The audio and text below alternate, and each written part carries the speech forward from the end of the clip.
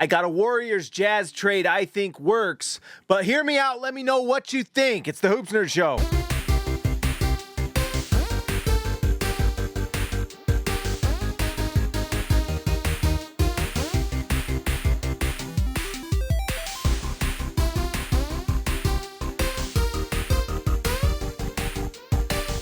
All right, guys, like always, make sure you like the video, subscribe to the channel. All right, so the rumors about Lauri Markkanen are starting to pick up a tiny bit. Zach Lowe, on his most recent podcast, talked about how he believes that now that Utah has made all these different moves, trading John Collins, Colin Sexton, Jordan Clarkson, that Lauri Markkanen's trade rumors, trade whatever, is going to be sooner than later.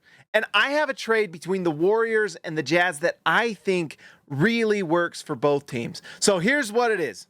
The Utah Jazz trade to the Golden State Warriors Lauri Markkanen. That's it.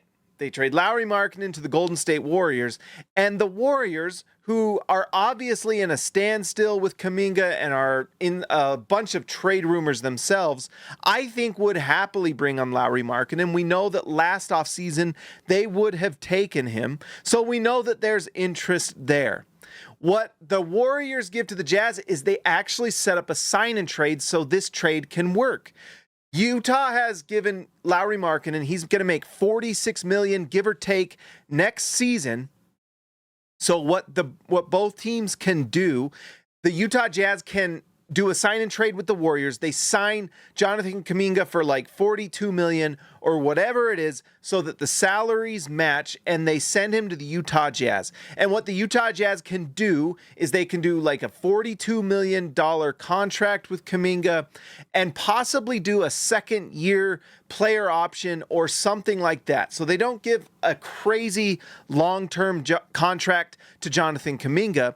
Kuminga can come to Utah where he will get minutes. He'll get those Lauri Markkanen minutes that he would have gotten, and that makes it work. Now, Utah's not trading Lauri Markkanen, who is an established, solid player that would fit perfectly in Golden State next to Jimmy Butler, next to Steph Curry, Draymond Green. He would be an incredible fit next to them with his off-ball play. Lauri Markkanen can play off the ball with anyone. It's what makes him so valuable. He's a 7-foot big who can shoot at a high volume from the three-point line. Basically, it's like getting old school Klay Thompson or Klay Thompson light, whatever you want to call it.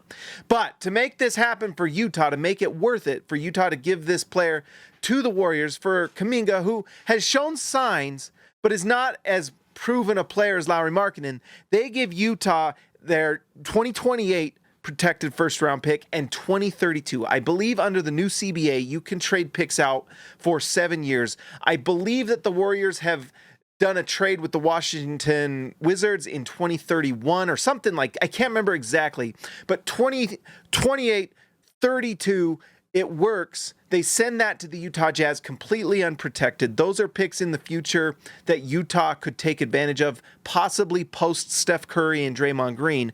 Makes those picks extremely valuable. So 2 first-round picks, unprotected, Kuminga, Lauri Markkanen, and it works.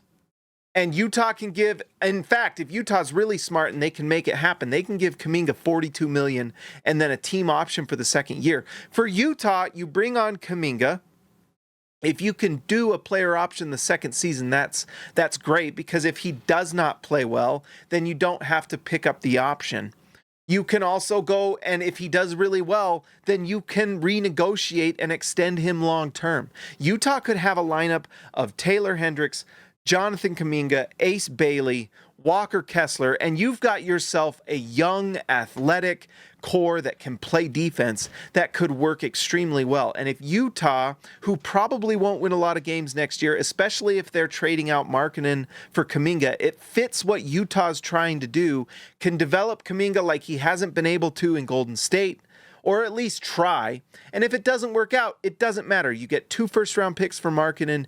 You build your team around Ace Bailey and whoever you draft in next year's draft, hopefully Darren Peterson or AJ DeBonsa or Cam Boozer, And if everything works out with Kuminga, then you've got yourself a really great piece as well. So this works for both. Kuminga could start. Taylor Hendricks, who is coming off of that horrific injury last year, could come off the bench behind Kuminga.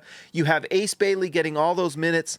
It would be phenomenal. Something that works. Guys, grade the trade. Let me know in the comments what you think. Is this something you would consider? If you're a Warriors fan, would you do that? If you're a Jazz fan, would you do it? Let me know. And as always, like and subscribe to the channel. Shout out to all the members, especially the All-Stars. I will talk to you next time.